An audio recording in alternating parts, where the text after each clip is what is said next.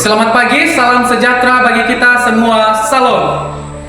Kepada yang terhormat Bapak dan Ibu dosen penguji uji kinerja, perkenalkan nama saya Notonius Gule, SPD, mahasiswa PPG dalam jabatan B3 tahun 2025 di LPTK Sekolah Tinggi Pastoral Kateketik Santo Fransiskus Asisi Semarang. Program studi pendidikan agama Katolik dengan nomor induk mahasiswa 253091323. Hari ini Kamis 9 Oktober 2025, saya akan melakukan uji kinerja praktik pembelajaran pada kelas 6 dengan tema Nabi Elia mengajak umat Israel kembali percaya kepada Allah di UPTD SD Negeri nomor 078503 Bukit Jaitun. Terima kasih. Selamat pagi semuanya. Pagi. Bagaimana kabarnya hari ini? Sehat. Baik, tidak ada yang sakit? Tidak. Baik, sebelum kita memulai, terlebih dahulu kita berdoa. Siapa yang memimpin kita dalam doa? Silakan. Di sini.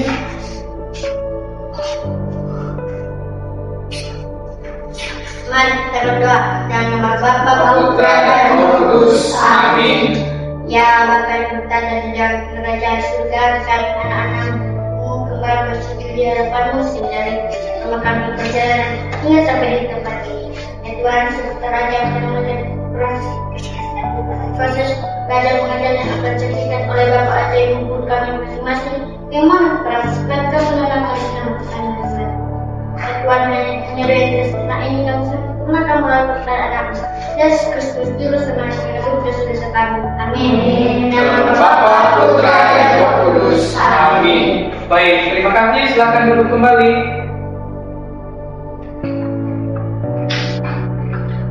Baik, sekarang Bapak cek kehadirannya ya.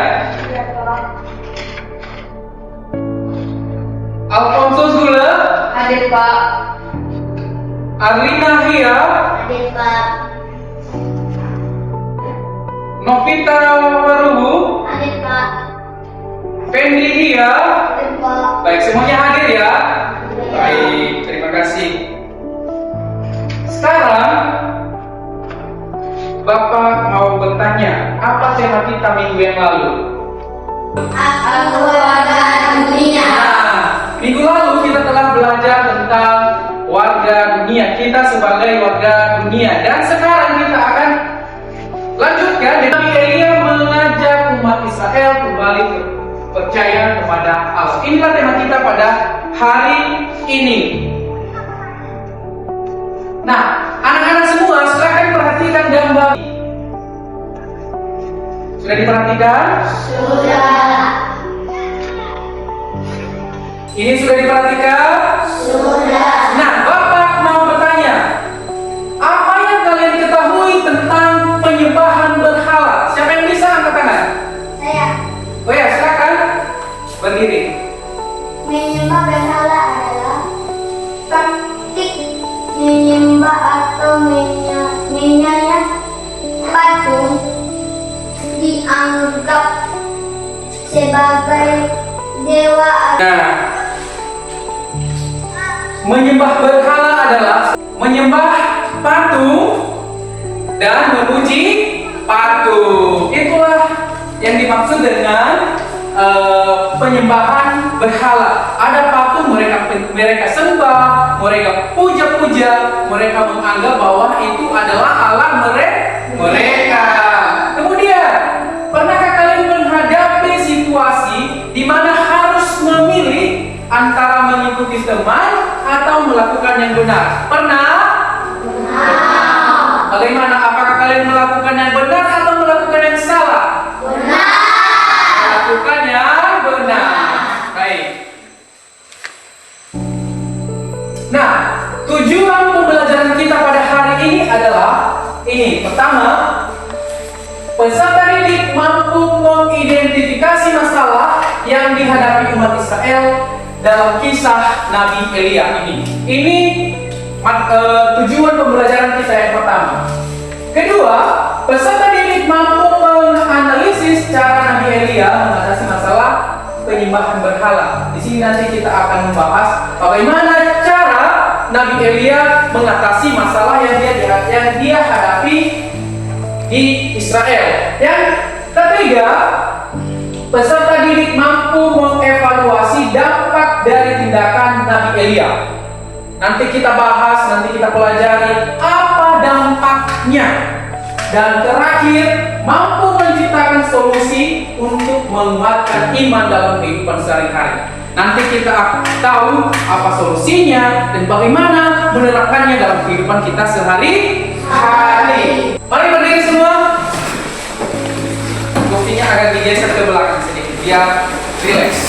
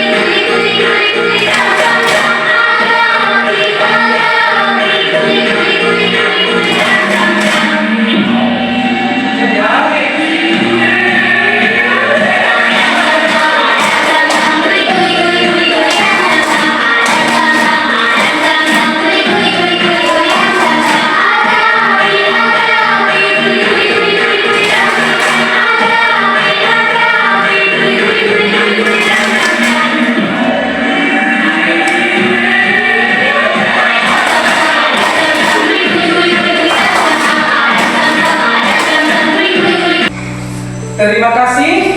Dan sekarang kita lanjutkan pada kita tadi. Nabi Elia mengajak umat Israel kembali percaya kepada kepada Allah. Nah, mari kita tonton video berikut. Inilah sosok Elia, satu-satunya Nabi Allah Israel. Siapa yang akan berkata seperti itu kepada Raja Israel? Itu Elia, Nabi Tuhan. Kau telah melakukan kejahatan di mata Tuhan. Kau membangun kuil dan mezbah untuk Allah yang palsu, Baal, dan telah melakukan hal lain yang membuat Tuhan Allah Israel marah. Lebih dari raja-raja sebelumnya. Kau dari Tuhan Allah yang hidup, Allah Israel yang aku layani. Sesungguhnya tidak akan ada ampun atau hujan pada tahun-tahun ini, kecuali kalau hujan takkan. Ya. Bahkan tidak akan ada setitik embun pun di tanah. Aku tidak butuh Allahmu untuk hujan, Nabi. Apakah kau pikir dia bisa melawan Baal, dewa cuaca?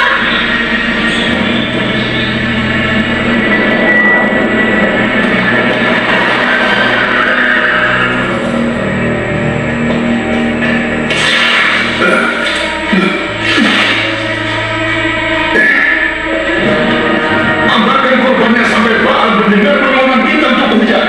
Bawa ke sini orang yang bertanggung jawab atas musim kering ini. Dan jika kalian menemukan nabi-nabinya Allah, bunuh mereka. Bukan di manapun mereka, terutama si Elia. Kita telah menonton video dan apa yang kalian lihat tadi di situ? Ada Nabi Elia dan ada juga siapa tadi di situ? Ada Raja Baal. Ini. Setelah Raja Ahab menikah dengan Izebel, bangsa Israel mulai menyembah dewa Baal. Tidak lagi menyembah Allah. Mereka meninggalkan Allah. Nah, melihat hal itu, Allah mengutus Nabi Elia untuk menegur umat Israel supaya mereka kembali menyembah Allah. Setelah Tuhan mengutus Nabi Elia, di sini Nabi Elia banyak menghadapi tantangan karena banyak orang yang lebih percaya bahwa Baal itu adalah Tuhan mereka. Mereka tidak percaya lagi bahwa Allah itu sungguh ada. Masalah yang dihadapi umat Israel. Nah, pertama, penyembahan berhala kepada dewa Baal. Umat Israel menyembah dewa Baal. Mereka membuat patung-patung yang menyerupai dewa Baal. Mereka sembah, mereka memuji sehingga akhirnya mereka meninggalkan Allah. Kemudian hati umat menjadi ragu antara Allah dan Baal. Ada juga orang umat Israel di sana yang ragu, saya memilih Allah atau saya memilih Baal. Kemudian mereka mendapati pemimpin yang tidak bijak seperti Raja Ahab dan Izebel yang hanya mementingkan dirinya sendiri, tidak mementingkan orang banyak. Dan terakhir, kekeringan panjang sebagai akibat dari dosa dan ketidaksetiaan mereka. Karena mereka tidak setia, karena mereka melakukan dosa, maka mereka mendapat kekeringan yang panjang. Tidak ada hujan, tidak ada embun, sedikit pun air tidak ada. Kita lanjut. Nah, apa tindakan Nabi Elia tentang hal ini? Tindakannya, Elia mengajak para nabi Baal untuk membuktikan siapa Allah yang benar.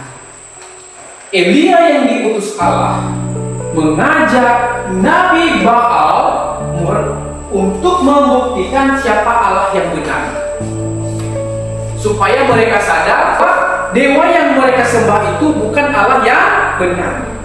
Kemudian di Gunung Karmel, Elia berdoa kepada Tuhan supaya menurunkan api ke atas kurban persembahan. Di Gunung Karmel, Elia berdoa. Dia datang ke Gunung Karmel, dia berdoa, Tuhan, turunkanlah api atas persembahan saya, sehingga nanti orang-orang atau para nabi Baal itu percaya bahwa ada Allah. Kemudian Tuhan menjawab doa Nabi Elia. Karena Nabi Elia adalah utusan Allah untuk menyampaikan yang benar, maka Allah mendengarkan doanya. Dia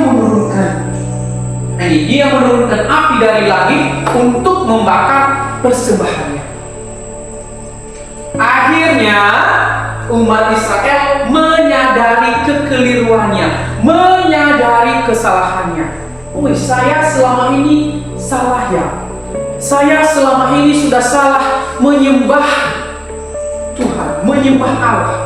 Kenapa saya memuja dewa Baal?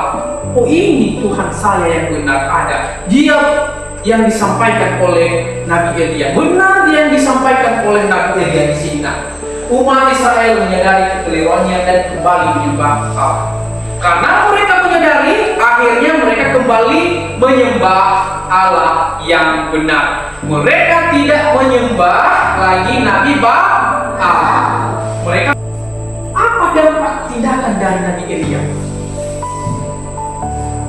Karena Nabi Elia sudah bertindak, tentunya ada dampaknya. Dan dampaknya ini, umat Israel percaya kepada Allah. Seperti yang Bapak katakan tadi, umat Israel kembali memuji dan menyembah Allah. Itu dampak yang pertama. Kemudian Nabi Baal tidak berdaya menunjukkan bahwa Allah hanya Allah yang hidup. Kemudian, nah ini kekeringan berakhir setelah umat bertobat. Setelah umat Israel mendapati kekeringan yang panjang tadi, akhirnya mereka mendapatkan air lagi. Setelah mereka bertobat, setelah mereka kembali percaya kepada Allah yang hidup. Dan terakhir, Elia menjadi teladan iman dan keberanian. Elia menjadi teladan untuk umat Kristiani untuk berani menyampaikan kebenaran dan iman kita. Kita lanjut. Bagaimana penerapannya dalam kehidupan sehari-hari? Tetap percaya kepada Allah meskipun menghadapi kesulitan. meskipun kita banyak masalah, meskipun kita mendapatkan kesulitan, kita tetap kepada Allah, bahwa ada Allah yang membantu dan menolong kita. Kemudian berani menegur teman yang berbuat salah. Nah ini, kita harus berani menegur teman kita. Contohnya, ada teman kita yang menyontek pada saat ujian. Kita harus berani. Weh teman, tidak boleh menyontek. Kita harus jujur di ujian. Ada lagi teman kita yang melakukan kesalahan, memukul temannya. Weh, kita tegur. Teman itu tidak baik. Itu tidak boleh. Ada lagi ya, teman kita yang memaki. Kita harus berani. Teman tidak boleh memaki. Kita tidak diajarkan untuk memaki. Itu kita harus berani menegur teman. Tapi kita tegur dengan kasih, bukan dengan marah-marah. Kita sampaikan dengan penuh kasih. Kemudian berdoa dan bersabar saat masalah datang. Nah ini tadi seperti yang di nomor 1 tadi. Ketika ada masalah, kita harus tetap sabar dan kita tetap berdoa kepada Tuhan. Kemudian menciptakan solusi untuk memperkuat iman bersama keluarga dan teman ini. Kita menciptakan solusi untuk memperkuat iman kita.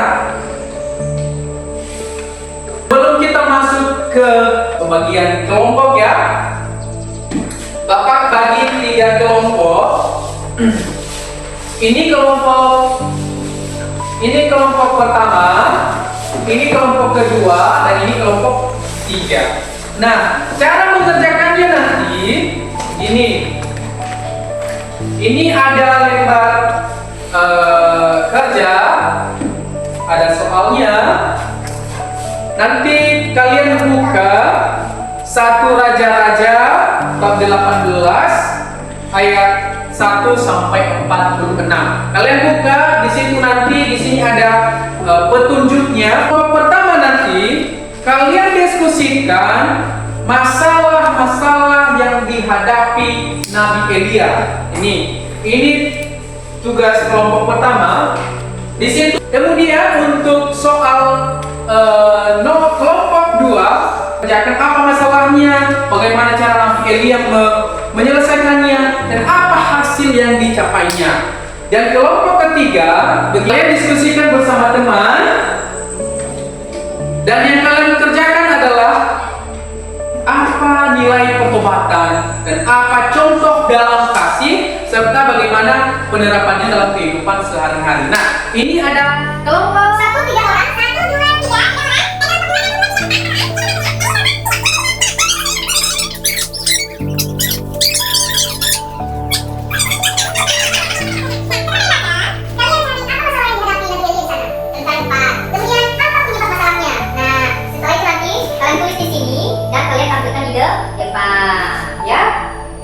Begitu juga nanti di sini ya, soalnya beda. Bagaimana masalahnya, apa masalahnya?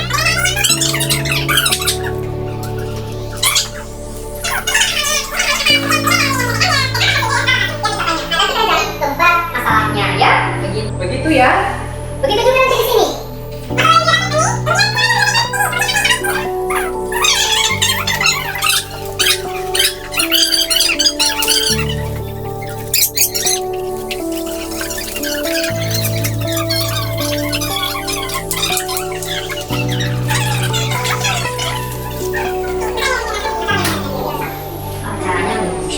Baik, waktunya sudah selesai mengerjakan, dan sekarang kita saksikan bersama. Kita saksikan bersama dari kelompok 1 kepada kelompok 1 dipersilakan di sini. Siap-siap kelompok 2. Saya silakan. Besarkan suara. Kami akan mendeklarasikan dari kelompok 1 masalah yang dihadapi. Bangsa Israel berpaling dari Allah dan menyembah berhala, khususnya Baal. Penyebab masalah, Raja Ahab dan Presiden membawa penyembahan berhala ke Israel dan membesarkan rakyat. Masalah yang dihadapi Noah. Nabi Elia juga datang dari Nabi Baal dan Nabi Asir menyebab masalah. Mereka berjumlah banyak 450 Nabi Baal dan terjadi kekeringan panjang dan kelaparan di tanah Israel. Elia berbuat atas perintah Tuhan bahwa hujan tidak akan turun Israel. Baik, terima kasih kelompok 1. Silakan kembali tepuk tangan. Sekarang kita saksikan penampilan dari kelompok 2. Silakan kelompok 2. Ayo, silakan di sini. Yuk. Silakan dari kelompok 2. Dengarkan ya. Ini hasil prestasi kami dari kelompok 2. Masalah yang dihadapi dari Nabi Elia. 1. Bangsa Israel menyembah Baal dan meninggalkan Allah. Cara Nabi Elia menyelesaikan. Elia menantang Nabi Baal di Gunung Karmel untuk membuktikan siapa Allah yang benar dengan membuat mezbah dan korban bakaran. Hasil yang dicapai, Allah menjawab doa Elia dengan api dari langit membakar korban, kayu, batu, dan air.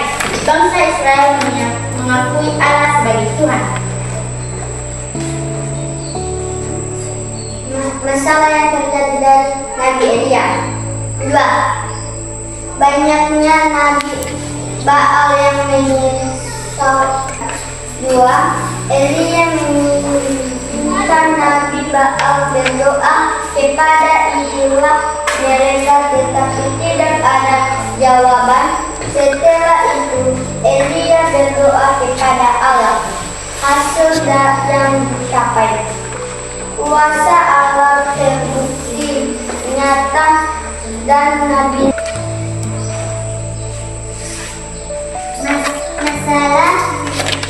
Masalah yang terjadi dari Nabi Elia.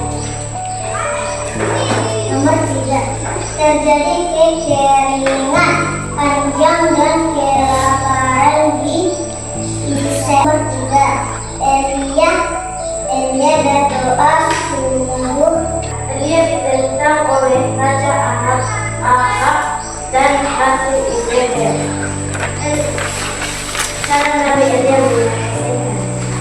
Elia tetap taat kepada Allah dan berani.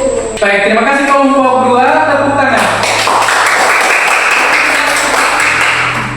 Sekarang kita dengarkan dari kelompok 3.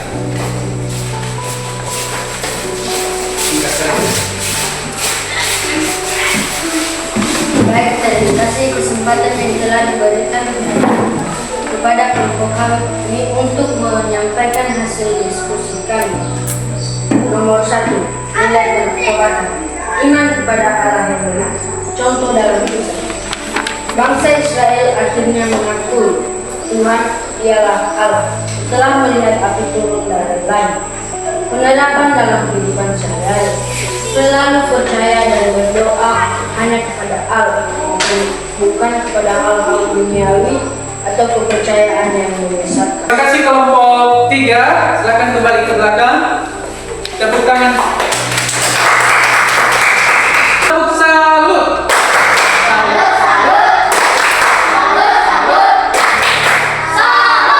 Baik, sekarang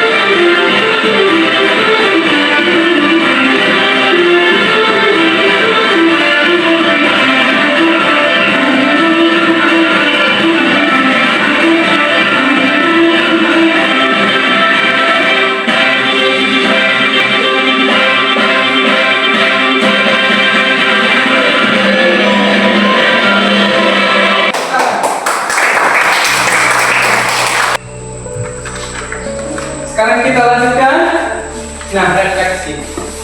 Bapak ada pertanyaan. Apa yang membuat Nabi Elia menghadapi para Nabi Baal? Siapa yang bisa? Silakan. Karena kepercayaan dan iman yang tegas kepada Tuhan. Karena kepercayaan dan iman yang tegas kepada Tuhan. Terima kasih, silakan duduk kembali. Kemudian pertanyaan kedua, apakah kamu pernah mengalami tantangan dalam mempertahankan imanmu? Kerasuan saat menghadapi kesulitan hidup. Tekanan dari lingkungan sosial yang tidak mendukung keyakinan. Kesulitan untuk tetap beribadah atau menjalankan ajaran agama secara konsisten. Terima kasih, silakan duduk kembali. Dan pertanyaan ketiga, bagaimana kamu bisa meneladani Nabi Elia dalam kehidupanmu? Silakan, siapa yang bisa? Saya. Oke, silakan. Memiliki iman yang kuat, berani membela kebenaran meskipun menghadapi tantangan teguhan hati. Nah, terima kasih. Ini kita harus berani menjadi teladan bagi orang lain, seperti Nabi Elia. Nah, kesimpulannya, Nabi Elia adalah nabi yang berani dan setia kepada Allah. Dan meskipun menghadapi banyak tantangan, ini Nabi Elia. Nabi Elia adalah nabi yang berani dan setia kepada Allah. Kemudian umat Israel sempat menyimpang dengan menyembah dewa Baal. Tetapi melalui iman dan doa Nabi Elia, mereka kembali percaya kepada Allah. Meskipun umat Israel meninggalkan Allah, dengan ketekunan, keberanian, dan kesetiaan Nabi Elia, umat Israel kembali menyembah Allah. Ketiga, kisah Elia mengajarkan kita untuk tetap percaya. Nah, kisah Nabi Elia ini dapat mengajarkan kita untuk tetap percaya, kemudian sabar, dan berani membela kebenaran. Dan terakhir, dalam kehidupan kita sehari-hari, kita diajar untuk menguatkan iman, menolong sesama, dan menjadi teladan kasih.